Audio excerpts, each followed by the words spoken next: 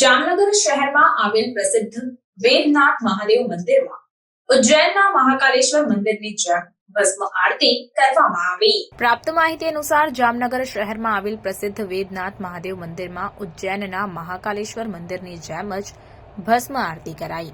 શ્રાવણ માસના પ્રારંભે જ પ્રથમ સોમવારે ભોળાનાથની આરતી કરવામાં આવી, જેમાં મોટી સંખ્યામાં ભક્તો ઉમટી પડ્યા હતા। સમગ્ર શ્રાવણ માસ દરમિયાન સોમવારે સવારે શહેરમાં આવેલ પ્રસિદ્ધ વેદનાથ મહાદેવ મંદિરમાં ભસ્મ આરતી કરવામાં આવશે। ત્યારબાદ મહાદેવની પૂજા અર્ચના અને અભિષેક કરી અને દર્શન કરીને ભક્તોએ ધન્યતા અનુભવી હતી।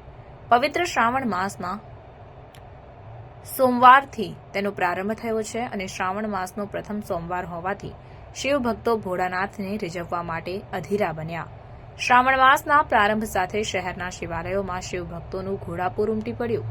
સવારથી જ ઝરમર વરસાદી ઝાપટા વચ્ચે શિવ ભક્તોની શિવ મંદિરોમાં લાંબી કતારો જોવા મળી।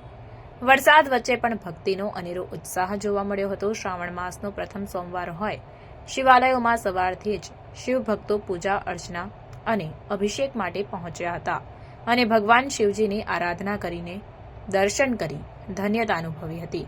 શહેરના કાશી વિશ્વનાથ મહાદેવ મંદિર, સુખનાથ મહાદેવ મંદિર, ભીડભંજન, સિદ્ધનાથ, બેડેશ્વર મહાદેવ મંદિર, પ્રતાપેશ્વર મહાદેવ મંદિર, હાટકેશ્વર મહાદેવ મંદિર, રામેશ્વર મહાદેવ મંદિર, નાગેશ્વર મહાદેવ મંદિર સહિતના અનેક શિવ મંદિરોમાં શિવભક્તો ભોળાનાથને રીઝવવા ભક્તોની ભીડ લાગી। લાંબી કતારમાં ઊભીને પણ જળાભિષેક, દુગ્ધાભિષેક કરી પૂજા અર્ચના કરી હતી તેમજ બીલીપત્ર અર્પણ કરીને પૂજા કરાઈ હતી।